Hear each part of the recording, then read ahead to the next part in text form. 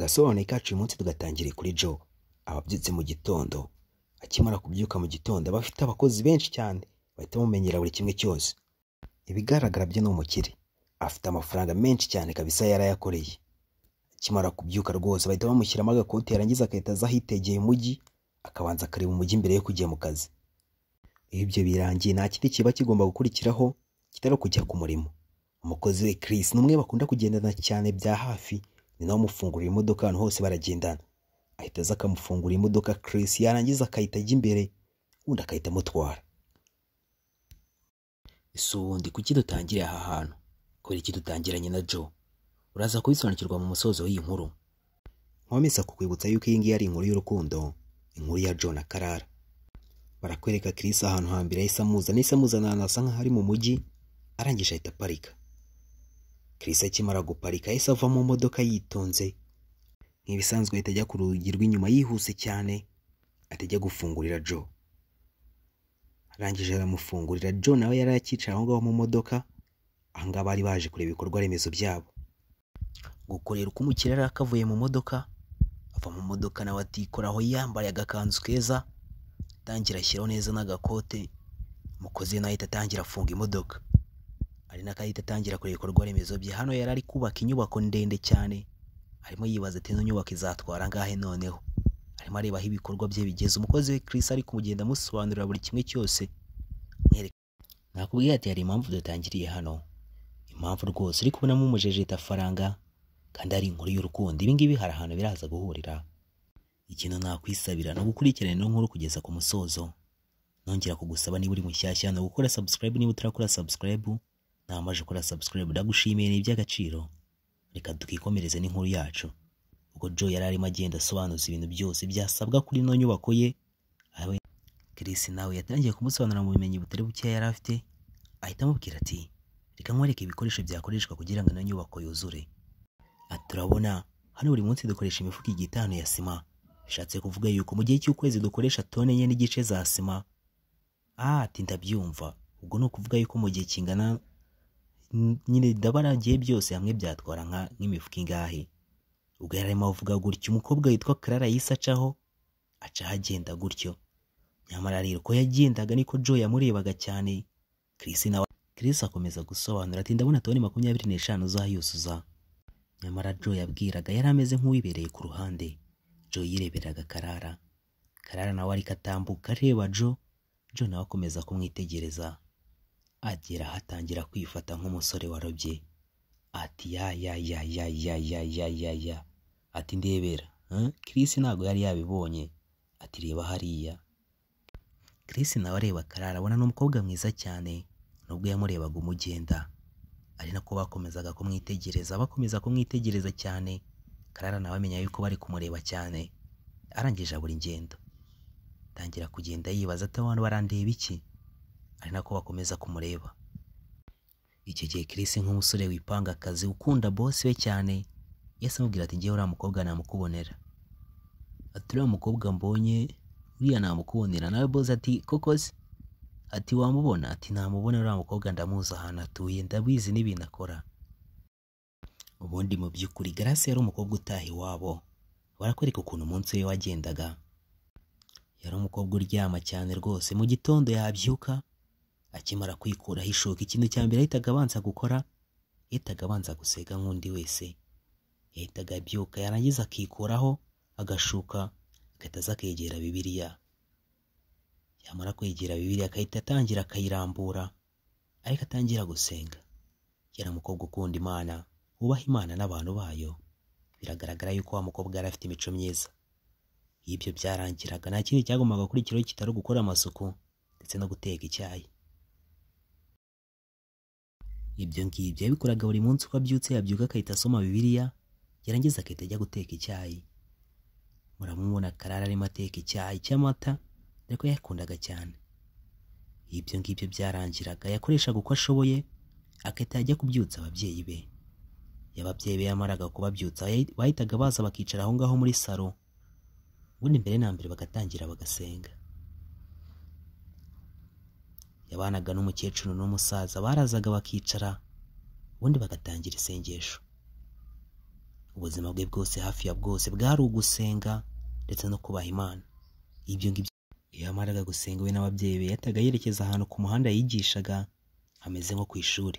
Yari umwarimu w'iyobokamana, agakomeza akigisha ijambo ry'Imana hahandi neza neza Chris yavuze yuko amuzi, ikigaragara cyo nawe yaje kwigira ijambo ry'Imana. Hano yakomeje kugenda ahigishiriza ijambo ry'Imana, arakomeza arigisha nk'uko bigenda buri munsi. Nyamara rero ikigaragara cyo nuko atandukanye cyane cyane na Joe. Joe twabonye yuko ari umukire wibera muri business, naho Karara waba yibereye mu ijambo ry'Imana. Barakwereka ako kanya Chris nawe yahise ahagaruka aho ngaho.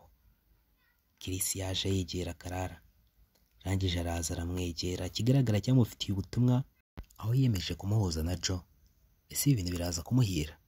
Arangije araza atangira kumwibwira ati banyita Chris, nkorera umuntu witwa Joe. Muri ako kanya uwo mukobwa yahise amubwira ati genda turaza kuvugana nyuma y'iminota 30, reka mbe ndi kwigisha. Ati ho genda turaza kuvugana, ati buri aho hafi. Chris rero nawe yahise amwumvira, arangije ahita ajya ku ruhande atangira aramutegereza. Aravuga ati ariko uko byenda kose ndamutegereza iyo minota. Yigira ku ruhande aratangira araza aramutegereza. Chris yari ahagaze rwose arategereza, avuga ati umwanya wanjye ntabwo wapfa ubusa, ndabizi baraza guhura. Arabyemera kujya guhura na Joe. Ari nako areba ku isaha avuga ati iminota yamaye 30 ndabona igiye kurangira. Muri ako kanya arimo areba ku minota, aravuga ati bundi suriya mbonye ujera. Ikigaragara cyo yari amubonye nawe yari asoje kwigisha. Arangije aramanuka aramwegera, ari nako Karara arimo yegera Chris. Chris nawe aba yamubonye, arangije ahita akuramo trinete, aravuga ati araje. Atangira gutera intambwe amwegera, atangira kumusobanurira ati wanyita Chris. Chris ni byiza guhura nawe. Ati nkorana n'umugabo witwa Joe ashaka kukubona. Ati yarakubonye yifuza yuko mwahura. Kigaragara ko Karara ntabwo yabyumvaga uburyo cyo umuntu yajya guhura nawe kandi atamuzi. Avuga ati umuntu ntabwo najya guhura nawe. Ariko Chris yahise ajya ku mavu aravuga ati mbabarira ndakwinginze. Umukobwa yarikanze aravuga ati se niba ngibi birimo? Ati mbabarira ujye guhura nawe. Ati niwabyumva uburyo cyagukeneye, aragukeneye cyane. Komeza kumwinginga. Umukobwa ati haguruka ndakwinginze. Ati niba uwo muntu adakora ikibi nagenda nkahura nawe, ako niba adakora ikibi ntacyo nzagenda mpure nawe. Chris ahita atangira kumubwira umunsi bazahurira, aramubwira ati igihe iki n'iki urabyemeye uzaze. Chris ahita agenda. Umukobwa yasigaye byamucanze, yibaza uwo muntu wari we. Barakwereka kuri uwo munsi Joe yari yishimye arimo abwira Chris atura agatangaza. Uriya mukobwa nabonaga agoye rwose, none urahise umumpuza nawe mu gihe gito cyane. Chris nawe yarimo abwira boss ati biriya ni ibintu byoroshye cyane kuba naguza n'umukobwa.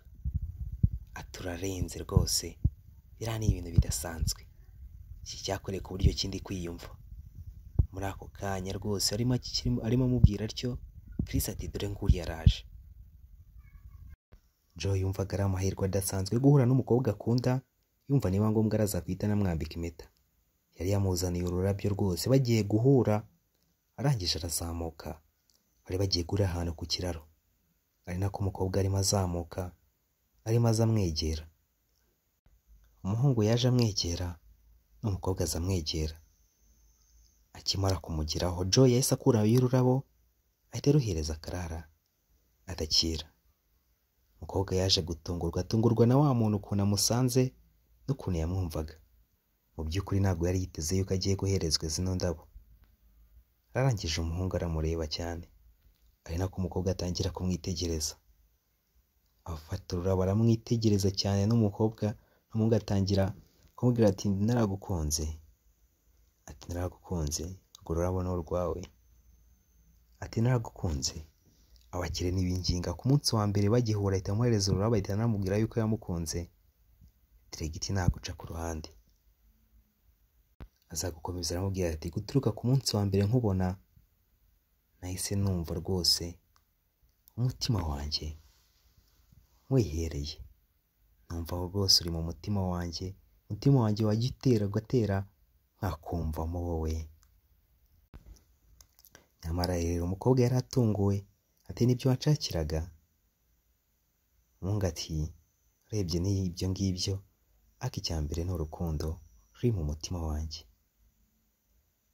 nicyo nagushakiraga. Umukobwa nawe yahise avuga ati ni ibi ngibi. Umukobwa rwose ikigaragara cyo ntabwo yari yiteze yuko ari umuntu bagiye guhura, ahita amuhereza ururabo rwe, atakira ururabo rwawe nigendere. Ati ndigendeye rwose, niba ari ibingibi wanshakiraga nabyumvishe. Nyamara rero ikigaragara cy'umuhungu wacu yari ari indobo kurya none. Umukobwa nguko uko yagendaga, nawe Joe akomeza kwitegereza ururabo rwe, biramubabaza cyane, nawe arukubita hasi. Ntabwo yumvaga uburyo ki yagenda atamwemereye ko amukunda. Ubwo Karara yamanutse aho ngaho ku kiraro, naguhindukira inyuma nakureba. Ese ubundi Karara yaba yamukunze cyangwa yaba yamwanze, cyangwa ni bya bindi by'abakobwa byo kugira ngo arebe yuko akomeje kubundi amwirukeho? Ese Joe we yamukurikira akagenda akomeza kumwinginga kugira ngo arebe yuko yahindukira? Joe nawe yahise akomeza kugenda amwinginga, akomeza kumugenda inyuma na rwa rurabo, amubwira ati mbabarira. Akomeza kugenda amwinginga, amubwira ati wowe urebe inyuma, reba inyuma. None harapfukama. Umukobwa akomeza kumwitegereza cyane, ati uyu muhungu.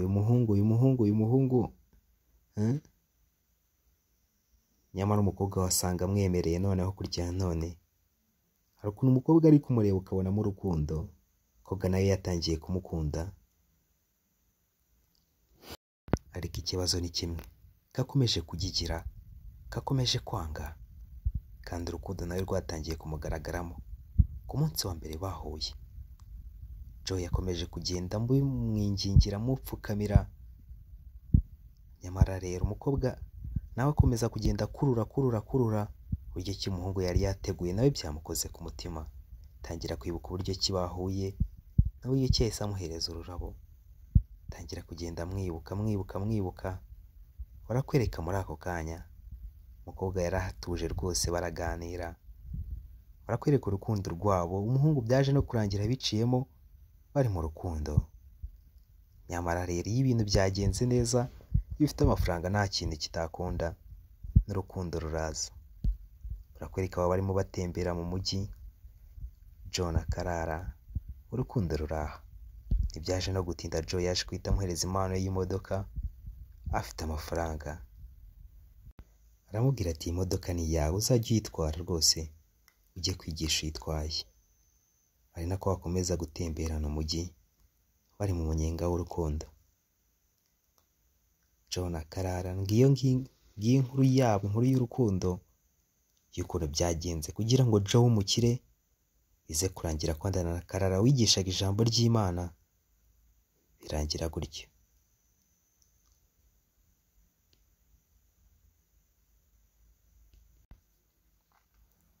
Joe yakomeje kugenda amusobanurira business akora, na Karara atangira kugenda amubwira ibintu akora. Ati ngende umuntu ukunda gusenga cyane, wigisha n'ijambo ry'Imana.